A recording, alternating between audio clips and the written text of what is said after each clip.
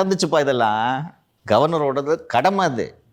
ஏங்க நாங்கள்லாம் சேர்ந்து பெரும்பான்மை எம்எல்ஏக்கள் வந்து உங்களை முதல்வர் கேண்டிடேட் தேர்ந்தெடுத்திருக்கிறோம், எங்கள் தலைவராக தேர்ந்தெடுத்திருக்கிறோம்னா பதவி பிரமாணம் செஞ்சு வைக்கணும். ஆள் இல்லை. கோவா ஊட்டிக்கு போயிருக்காரு. ஊட்டி சரி, ஊட்டிக்கு போய் லெட்டர் கொடுக்கலான்னு போனால் ஊட்டிலேருந்து பறந்துட்டாரு. மகாராஷ்டிராக்கு போயிட்டாரு. கவர்னரே இல்லை, யார் பதவி பிரமாணம் செஞ்சு வைப்பா? இப்படின்ட்டாங்க. அது சின்னம்மாக்கு தானே சார்? ஆமா.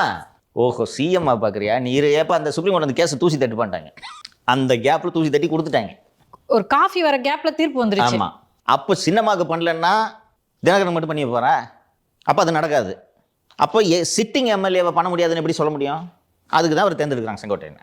அவர் இல்லைன்னு சொன்ன உடனே யோசிக்கிறாங்க, என்ன ஒரு வாரம் கூட பொறுக்க மாட்டேங்கிறாங்க, இப்போ உடனே கொடுக்கணும் பணத்தை அப்படின்னு. இவங்களே ஒருத்தர் சொல்கிறாரு, யார்? எடப்பாடி ஆள்.